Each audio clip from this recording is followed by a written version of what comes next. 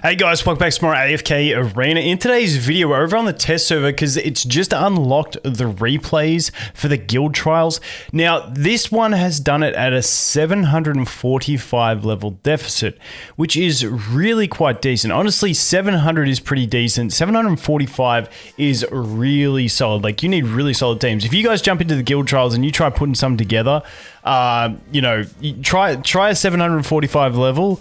It is bloody hard. I suck at it. So I wanted to take a look at the Maetria teams that we've used in here, go through them and have a look, because honestly it's quite reasonable to be having her doing this, considering that she also does do a lot of damage in a bunch of these fights, which is really promising to see. Now, I'm going to do a whole video about Awaken Hero Priority. At the moment for her, I think she's more of a whale character, is the feeling I'm getting. I don't think she like functions like a Lucretia for newer players.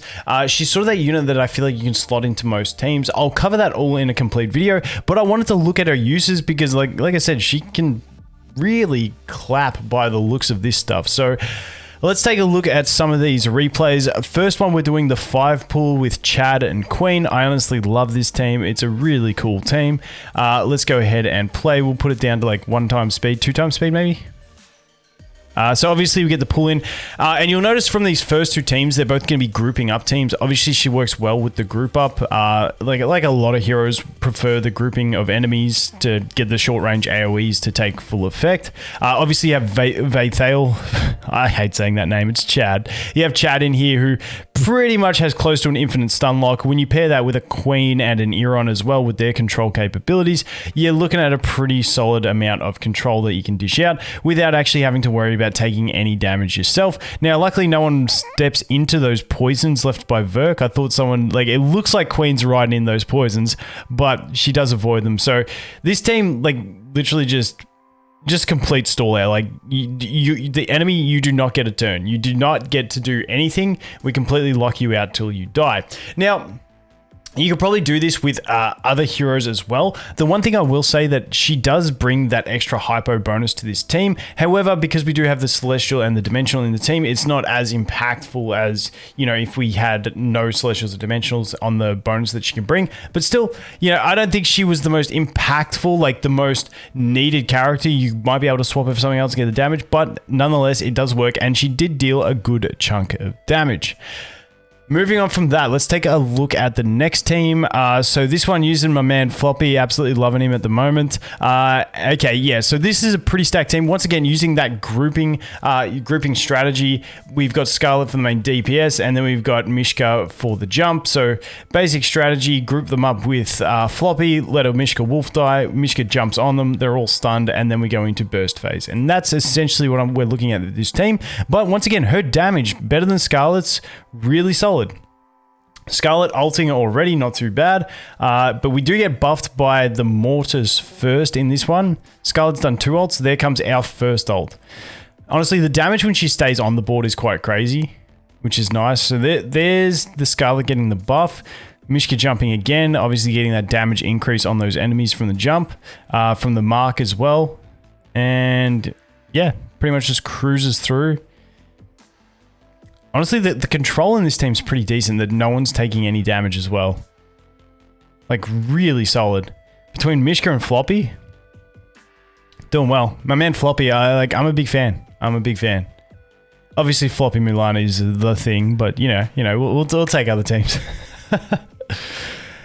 Once again, this one, we're getting actually really decent bonuses too, because we've got the 2-piece Hypergene bonus, and then we've also got the 5-piece Hypergene bonus, which is pretty solid. So once again, that bonus being a really clutch thing as well, but obviously she can deal massive amounts of damage, and then she snowballs towards the end. Obviously when things start dying, she gets the increase and then just goes clap, clap, clap.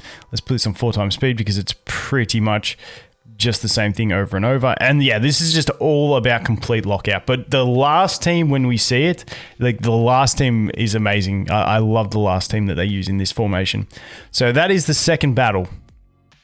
Third battle, let's take a look. So this is just throwing cheese. She does nothing here. I guess you could argue that her Hypergene bonuses are a thing. But yeah, this is just standard throwing cheese. Like there's... Like I said, arguably you could make a case for the Hypergene bonus, but really you would have got this eventually without her in the team. So that was just a throw and cheese. Not much else to really dig into in that one. Thorn cheese, clap, GG. Just a million tries to try and make it work.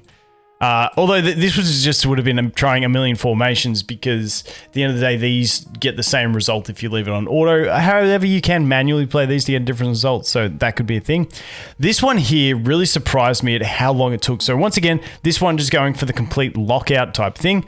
We do have a 3-piece and a 4-piece Hypergene bonus, which isn't too bad, which you think increases damage a lot. Belinda doing absolutely insane amounts of damage. And then we just got infinite lockout. So this is just an infinite lockout team that just basically, yeah, like got super low early, and then it's just, okay, now we're done.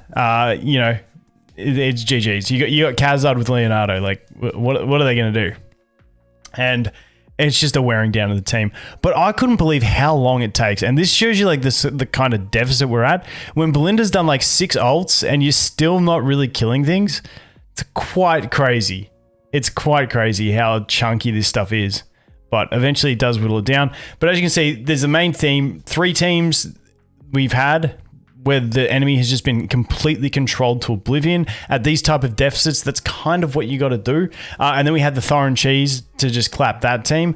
But this last team that we're going to look at is the one that I absolutely love. So this team, Brutus, Nomura. Nomura is like my favorite tech unit to put in the front row at 9 Furniture. I just absolutely love the instant charm. But this team was quite genius when you look at it. So not like an orthodox team at all, but if you look at the damage she deals at the start of the battle, just like one like AoE swipe, and then she kills like 3 of them and then she dies. But it's thanks to that Lawson link, which actually links the twins, I believe it is, to Spear Dude. And that's like the big play. What I might do is slow this down to 1x speed. So you can see the Rosalind, the Rosalind comes in and she's linked. And it's like, before you even know it, 3 of the enemies are dead. Being the Rosaline, the Titus, and the twins. Like, how quickly they got clapped just absolutely blows my mind. Like, I don't know how that damage came so quick, so hard, when you look at the rest of the battles we've done and the damage that we could deal, which was nowhere near it. Even with the addition of like doubling down on the damage because of the link and they were both in range. I can't believe it. Like, that was insane damage. I don't exactly, like, I need a recount if anyone used to play WoW with recount, the add-ons that shows you where all the damage came from. Like, I want to see where all that damage came from, because it was insane. Because she comes back, she uses her big burst thing, and she does no damage to these guys at all. However, at the start of this one, she just instantly claps them. It's one of those ones, it just doesn't make sense to me. So you can see the twins look like it is. Or is it the twins? It doesn't make sense how the twins got linked, but if it was the twins, it was. Like, it's too hard for me to see. But Titus wouldn't die unless he was linked. Unless it's just a visual thing and I'm getting tripped out. But yeah, I don't know how she does that much damage, but when we get over to this point here, when these 2 die, let's just get to it.